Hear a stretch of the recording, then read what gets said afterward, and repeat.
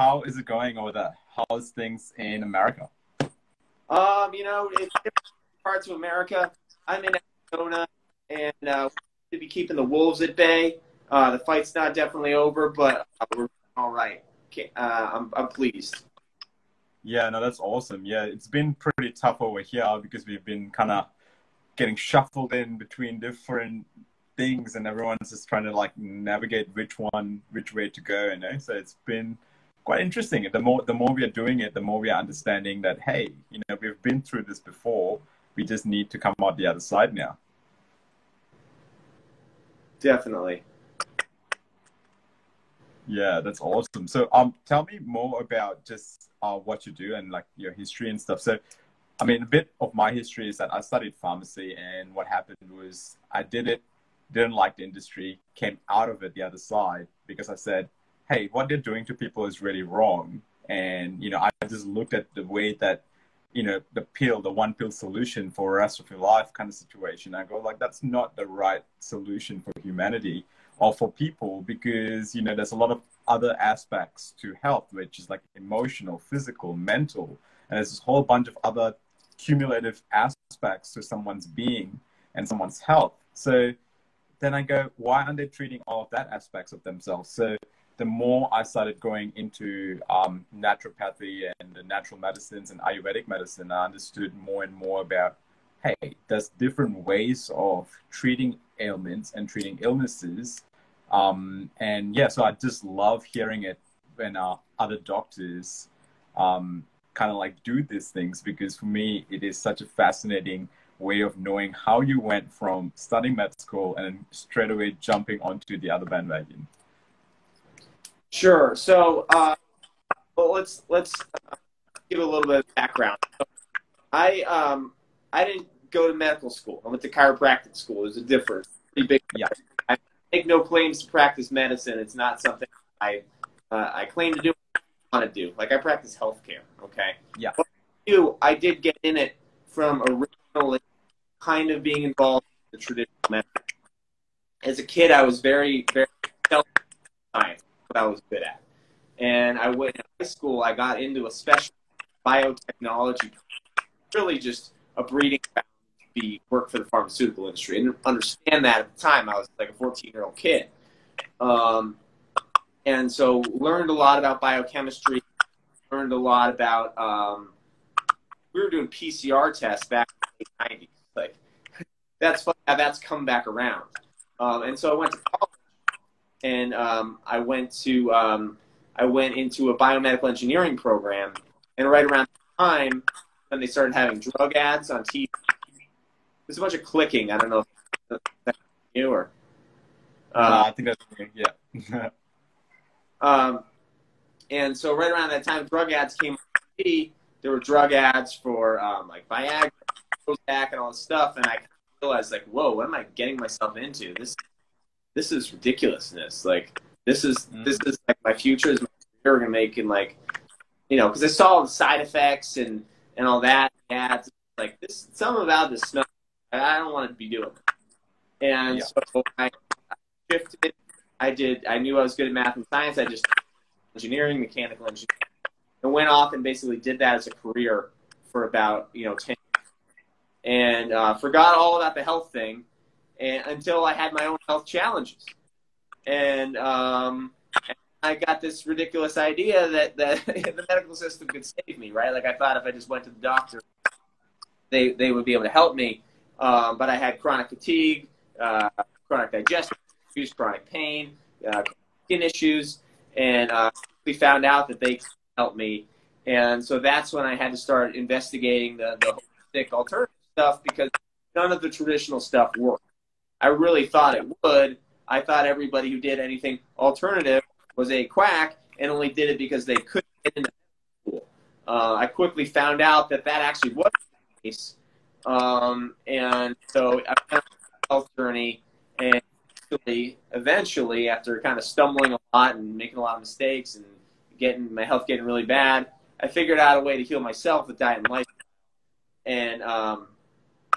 And after that, really about natural health, because I realized just how powerful it is. That, like, it's it can be so much more powerful than these pharmaceutical interventions, which now we're seeing like, wow, this stuff, like, this is really getting out of hand, out of control. But in my mind, it had really been out of quite some time. Yeah, I agree. And I think what happens is like the natural human body or the human design of a natural person should not have to use anything to compensate its optimization protocols, I guess. And I think a lot of the times we have been misconstrued by society that, oh, you need Viagra to perform better in sex, or you need antidepressants to not feel depression. So when you're living your life constantly expecting external things to fix you, then you're going to only attract external circumstances that's going to trigger you or trigger your health to be able to, to reaffirm that cycles or reaffirm those patterns.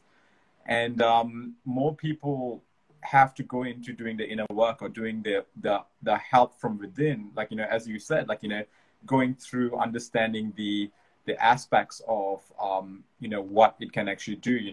Having chronic fatigue, like, so you probably went through a protocol of understanding, hey, this is all the things that I've been doing wrong, let's switch that. Like those kind of things is very it's mind revelation almost, and part of it also kind of creates that hey, I'm in charge of my body, I'm a sovereign human being, and I'm able to change this paradigm from where I am at the moment without needing to use an external solution. Yes, the external solutions are amazing. I know, like, when I was younger, like, I had depression, anxiety. I went through the whole healthcare system, but it never really fixed me. It kept me going in a loop again and again and again and again, wanted me to take more drugs, this and that. And I was like, no, like, I want this all gone so that I don't need to take any drugs. Whereas people tend to use it as a crutch, as a way going, hey, I have this drug, this is going to work for you, but then you have, the only thing is you have to take it for the rest of your life. So then what happens when you don't take it? It's a complete opposite effect. It's a spiraling effect. So that means you're not back into your alignment of who you are in your body. So yeah, like, that's a pretty cool, interesting way of looking at it, especially the fact that you've actually been through it gives me, so much more respect for you, because wow, like, you actually went through it, understood it, came out the other end and gone, all right, now what can I do to be able to change the paradigm for so many other people? Yeah, and I think that there's a lot of people that get into healthcare, get into medicine or whatever, feel good intentions that they want to help people, but like, if they really haven't had the first-hand experience themselves of, like, being unwell and getting health back, they're basically just doing everything like a theoretical book learning. Like, look, it's what they told me in school. It works, they do it, right? And so then these people, they get out into the world and become practitioners, and they go, oh, well, the FDA or the CDC or the pharmaceutical rep met with me and told me it does this. And there's never, like, there's no critical thought. Like, they're just parroting what they've been told. And that's what they continue to do. And so I really, like, I don't have a hard time taking advice or trusting any healthcare professional who hasn't had health challenge at some point that they've overcome. Yeah. Wow. And that's the other thing that I've seen in healthcare at the moment, is that one solution should fix everyone. And that is the biggest misconception that I've seen, is the fact that, oh, I have this one wonder drug and that should work on the 100% of population, and they try pushing it to everyone as much as possible. And that is actually very wrong, because if you look at, taking a patient's history, mental health, emotional health, physical health, whether they move and all that kind of stuff, plays such a big role in the healthcare solutions for that individual. Because, if someone who's active, young, and able to move their body, right, and if they're depressed, you know, the one thing that they can actually just tell is go and exercise more, go and do natural solutions to be able to get your stuff together. But instead, you know, you expect that same pill that's going on a 50-year-old man who's depressed because the wife left him and he's overweight to go on the same person who is 20 years old and completely, you know, completely active, able to do work. So that is the biggest thing that I look at, because, you know, working the pharmacy for so long, you look at it and you go, wow, you know, like, so that person is taking the same medication as a 19-year-old.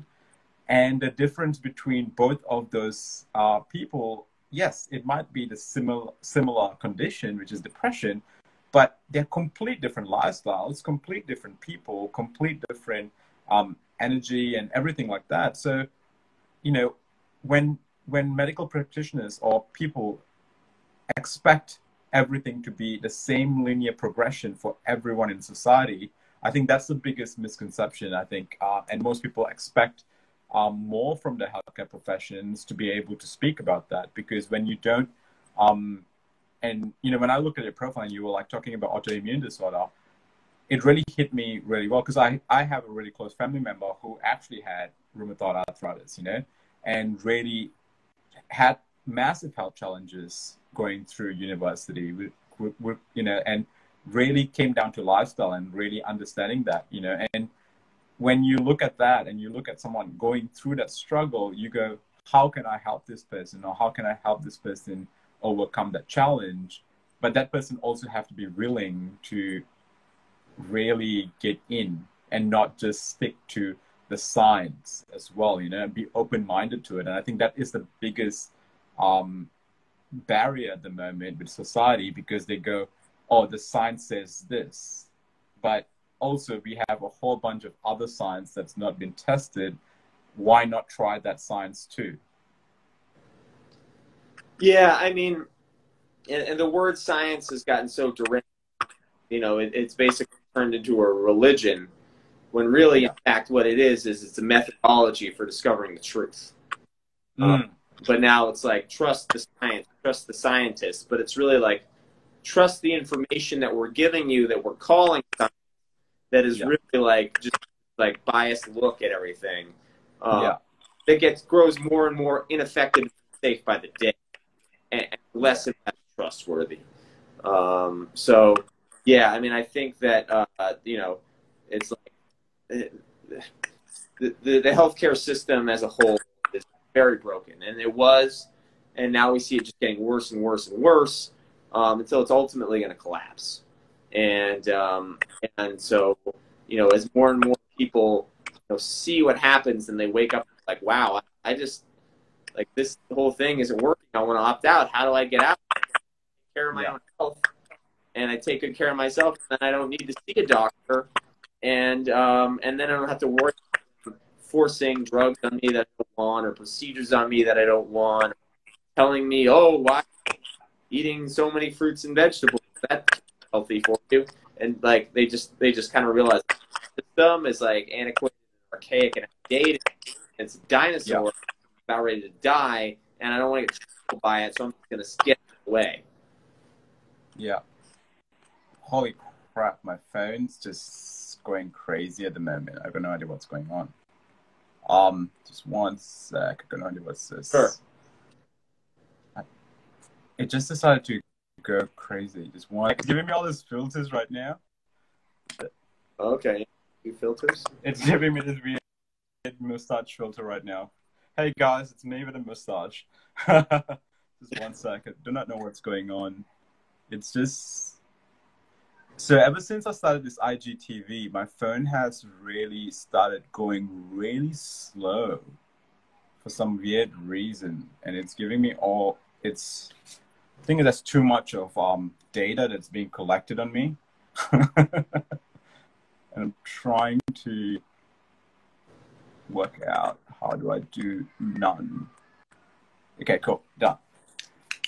Yeah, and I agree, like, with the whole aspect of you know, especially with autoimmune disorders. One of the main things is obviously it is the body attacking itself. You know, so when we look at autoimmune disorders, we know that the body itself is actually attacking its own body. That means there is something within that body that is actually eating your body, technically.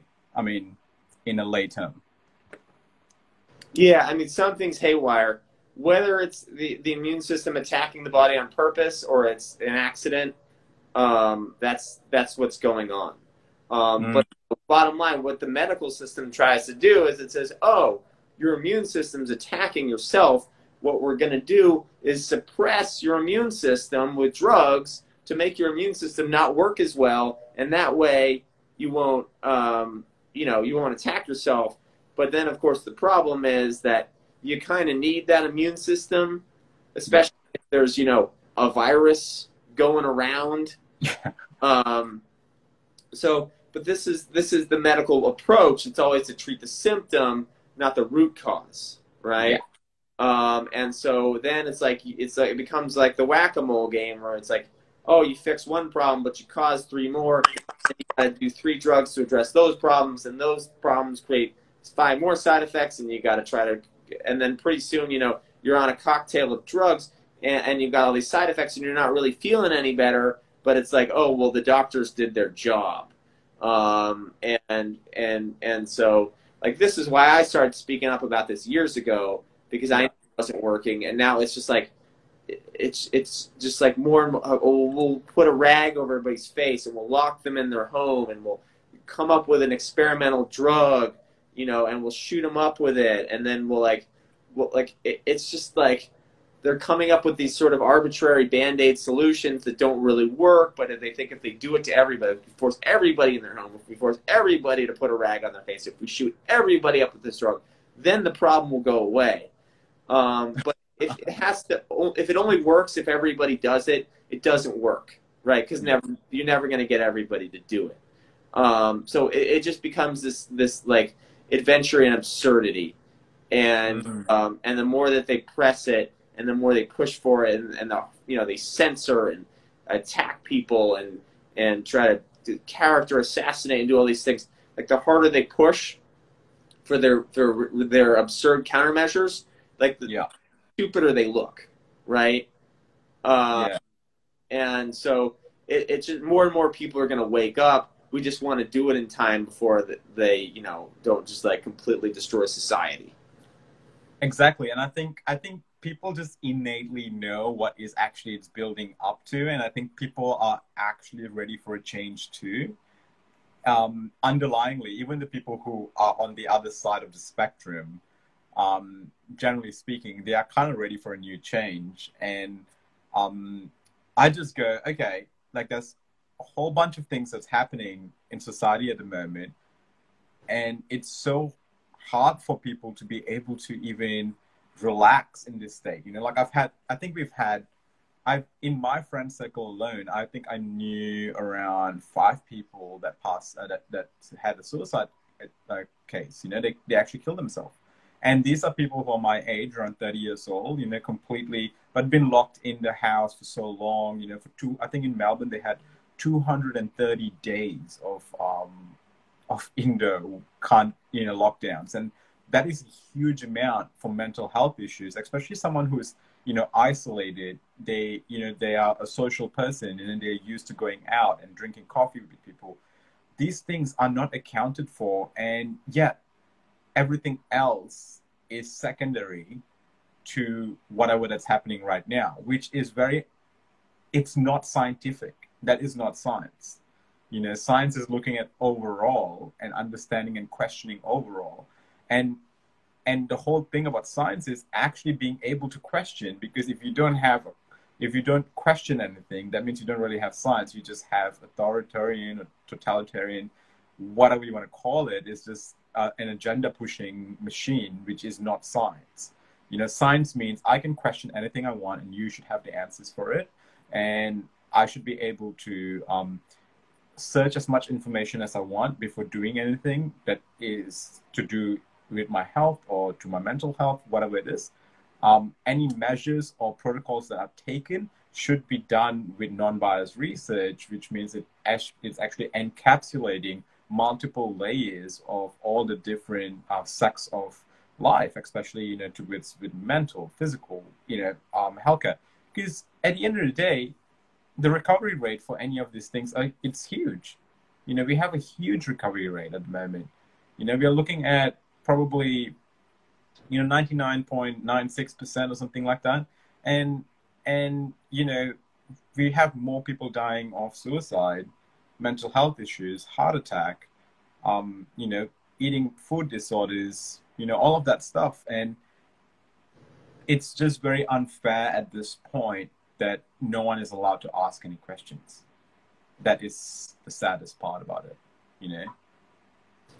Yeah, I mean, because like we said, science is a methodology for determining truth, and so if you can't question it, it's dogma. It's not science. And Mm. you know, trying to solve people dying from one thing by killing a bunch of people with other things is not it's not tenable at all. No. Uh, and so it's like now is the time to stand up and say no before the absurdity continues. And so there's a lot of people on the fence right now. There's a lot of people who see what's going on, have see what it's done to their own life, have friends who've died of suicide, maybe are contemplating it themselves, and but been scared to speak up. Uh, Yeah. a lot of those people, and our job is to continue to speak up, to give power to them, because as we find our voice, it empowers other people to find theirs. I get messages every day. Thank you for speaking up. Thank you for speaking up. Thank you. It's like, dude, you got to speak up too. Like, Yeah. um, so, uh, yeah, I mean, I'm agreeing with everything you're saying, and now's the time to take action against it. Yeah, exactly. And I think as humanity does move further along after this, we've gone through everything back in the day, from world wars and, the whole thing, we will overcome it. But this is the thing. How are we going to make sure after this we can maintain that and solidify that sovereignty in each human beings? Like making sure that I think what has happened was we went through the whole thing with, like, Germany and world wars and everything like that, and society kind of like went comfortable. Society itself just generally just took a laid back seat and just go, hey, okay, everything is comfortable, we're going to give you as much freedoms, do all of these things, go traveling, have an amazing time, have flights for like $9 or $10 that you can go across the country, which is freaking ridiculous.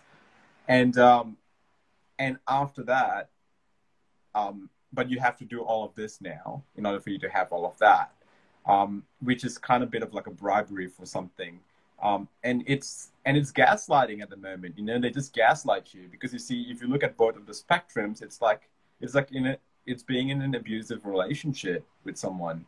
It's going like, oh, do this, but then you can't do this, even though if you've done this, but then we want you to do another thing now.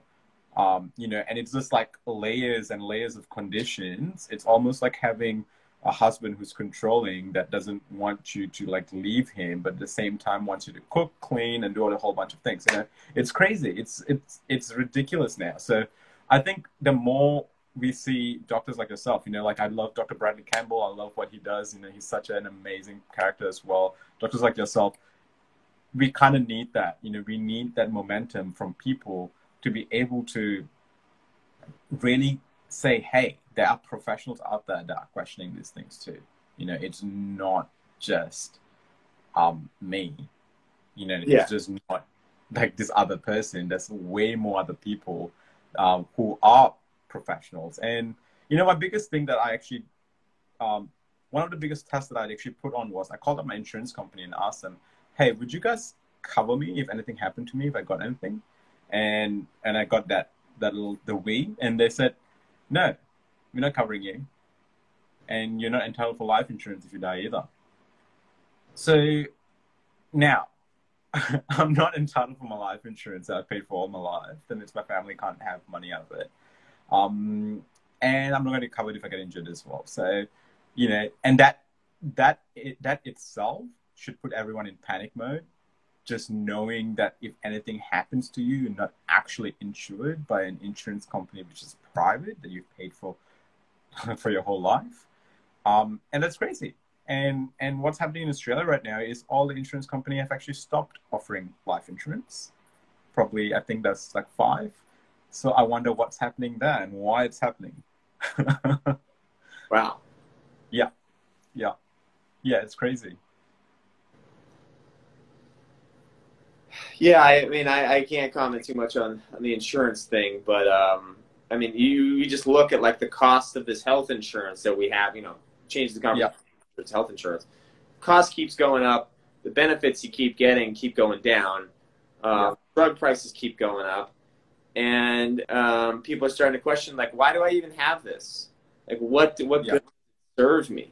Like, why am I in this system? Like, it's like I'm just actually just better off like investing my money and like taking care of my health and like buying healthy groceries, maybe getting a gym membership, maybe seeing a personal trainer, maybe seeing a mental health counselor. That like this health insurance, the only thing it's going to ensure is that I go see these providers who just want to stick a needle in my arm or shoot me up with drugs. It's only going to ensure this faulty, broken system. Right? And so I tell people, instead of health insurance, what you want to invest in is health assurance. What are the actions that you can take that are going to assure that you stay healthy, right? I've been doing those actions for over 10 years now. The amount of times I've been sick, I can count on, one hand, like 3 times in the past 10 years. Each of them was for about a day. I got over it. I got better. I never needed to see a medical doctor. I herniated a disc in my back 5 years ago. Okay. They could have given me fentanyl and Oxycontin and all that stuff, but I went to a chiropractor. Had to pay for that out of pocket. I got treated for that and haven't had back problems since. So it's like if we continue to contribute to the system, it's just going to continue to try to swallow us whole. And one of the that we combat this system, and that is that we just sidestep, we just opt out, we just take care of our own health, and we don't need to be involved. And then that tornado, that like just big hurricane mess, just kind of, if we dot, it just collapses on itself because no one wants to get involved, no one wants to pay into it, no one wants to go into it to get treated, and it runs out of money, and then we have our new healthcare system where everybody's taking care of themselves. If they have a problem they can't solve, there's a provider who's not going to do all these crazy interventions that they're actually. Yeah, that is so touching, and so it's so relevant to what we are experiencing in Australia, because Australia has a full-blown medical system where everyone is on the system, and everyone's taken care of, and like even pensioners get very cheap medication. Taken care of. Right. Taken care of. Yeah, it's crazy. It's care system not really taking care of their health. No, not really. It's it's just more constantly, pushing drugs and everything else. But at the same time, it is a great system for being able to. There's potential in it, but at the same time, the people who are wielding the power really do not know how to make use of it, because we are not seeing a decline in use in medication. Because what is healthcare? Healthcare is staying away from medication. So people have completely lost the plot in regards to what actual healthcare is, which means having a society where nil medication is being dispensed. That is what healthcare is. That otherwise you have sick care, which is pretty much putting everyone on medication. That means you have a society which is sick. Simple as that. It's just so simple, yet professionals do not see it that way, because they go, oh, I need to be able to make money, and money requires me for my patients to be sick. And in order for that, I need repeat customers. But then, there's so much other ways for doctors to be able to make money. You could be a health promoter. You could be, like yourself, going and doing other things, as opposed to expecting people to constantly be sick to come and see you, because then you're putting out that vibration of, I want a society that's constantly sick so that I can continuously try to fix their problem, when they probably do not really need to be fixed unless, you know, if you and went out there and promoted the true healthcare system, which is what you should be doing as a doctor or as a practitioner, which is health related and, you know, really adds and understanding. So yeah, like, I mean, the more I see that, the more I look, has society completely gone off track with regards to healthcare? Because yeah. I mean, I think you're right. I think that, you know, there's well-intentioned people who are like, I want to help people, you know, but then they have to do that on the presumption that everybody's broken and everybody's sick and everybody's helpless and they need, you know, drugs and surgeries to be able to live. And we have to do, and the more interventions and the more medications we give them, the better they're going to be. And the more organs we cut out of them, the better they're going to be. And it's like, it's just an absurd premise. It's absolutely absurd. And so we see that now on a gross scale where it's like, okay, now we can sell like billions of drugs to people because everybody needs it, because we're going to get them really scared about this virus. And then everybody's going to think they need this injection. And look at us, we're heroes. We give the injection to everybody. But it's predicated on a ridiculous premise that everybody's sick and frail and falling apart. Although they have created that. Now we have all this mass chronic disease epidemics because everybody is frail and falling apart, but only because they're living a very unhealthy lifestyle, eating a very unhealthy diet, and they behave their way into a problem. And then, of course, the pharmaceutical industry wants to help them try to medicate their way out, but it doesn't really work. They have to behave their way out. So like you said, there are healthcare practitioners like me who I'm like, okay, I can't medicate people out of this problem, but I can help them behave their way out. So I operate as a health coach. I help people behave their way out. Making change isn't easy. So I put a lot of, you know, free information out there, but I also work with people in groups and one-on-one to help them change their behavior, change their habits. A lot of people know what to do and can implement themselves and changing it better, but some people know what to do and still struggle to make changes because they're human, right? So that's what I see the new paradigm being, is like doctors and other practitioners helping people make healthier lifestyle choices, make those changes consistently, and then eventually they become independent and they don't need me or they don't need the other guy. That's what's going to get people well. Now, does it make a lot of money for private corporations? No. Do a lot of people get to do their PhDs on different things? No, right? Because we kind of already know what we need to get people well. We don't need to issue a bunch of grant money to do new studies. It's you know, we kind of know how to get people well with diet and lifestyle. You know, can GlaxoSmithKline or Pfizer or Merck distill it down into a pill to give everybody? No, but you better believe they're going to try, right? So that's the new paradigm. That's always the one I've been, you know, trying to bring about and doing my own part. I've always said that the medical system was going to collapse. I really didn't think it would be this crazy crescendo and death wail, or it did, that would take a bunch of people out with it. I really didn't want that to happen, but here we are. And that's exactly what we are at the moment. And this, I always knew, like, while I was doing it or while I was studying it, that is going to be an end to this because it's crazy. And for some reason, he just told me, just get out now because this is not going to be the future. And I go, okay, you know, like, I actually believed it and I can see it crumbling in front of me. And I'm like, okay, I guess this is the reason why I didn't, like, you know, really get into it and, like, you know, own a business or anything like that to do with it, because it's not the paradigm or it's not the frequency where humanity is going anyways. Because, you know, there's so many new modalities coming out, you know, from healing with sound, healing with light, healing with frequencies, healing, you know, if you look at, like, Dr. Joe Dispenza, the Joe Dispenza's work, like, you know, his stuff is amazing about, like, how you can heal bodies with just intention alone. So I think the future of what is going to come is amazing. It's just that we have to go through this rough patch. And I think the most triggering point of this whole thing is the fact that they're all virtue signaling consistently that they are heroes and they're doing a good job. And I'm sorry, you're not doing a good job and you're not heroes. You're actually pushing something which has no reason to be pushed, and you actually should be promoting things which should be promoted well so that you can actually bring society back to a much more healthier scale, not the other way around, where that's the whole thing that I feel is the most hardest, the virtue signaling that we find that we are always constantly in battle with. You know, and they think they're heroes. Like, this is the thing, they all think that they're doing something for the greater good or for the greater society, when, like, have they actually thought about it, you know, personally? You know, probably not, you know?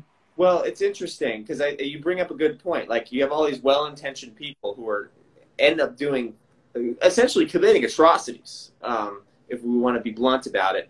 But, like, I mean, you could be one of these people, and I could be too, right? Like, if you had hung out a little bit longer and hadn't bailed when you did, you know, you'd have more invested, more of your life, more of your money, more of your time, more of your self-image, more of, like, who you were as a person invested into this. And so these healthcare practitioners who've been around, you know, medical doctors who've been around doing this for 10, 20 years, and it's their identity, and it's who they are, and it's what they believed in, they have a really hard time letting it go.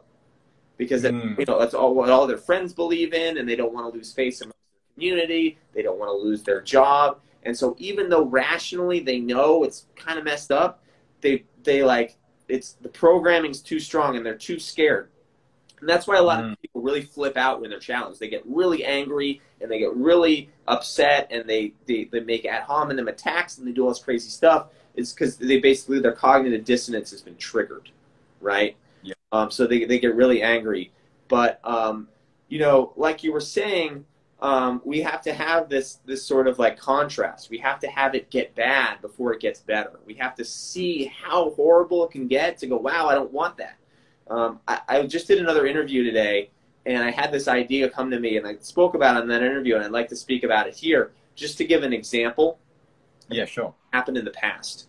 And I'll just give an example of what happened in America. And this is one example, just for context, is that, you know, because there's been many sort of, like, civil rights movements over the years. There was women's right to vote, women's rights, you know, racial rights, and then there was gay rights. And so I got to thinking back to, you know, earlier, 10 years ago, you know, 15 years ago, when the whole gay marriage thing was a big deal, right?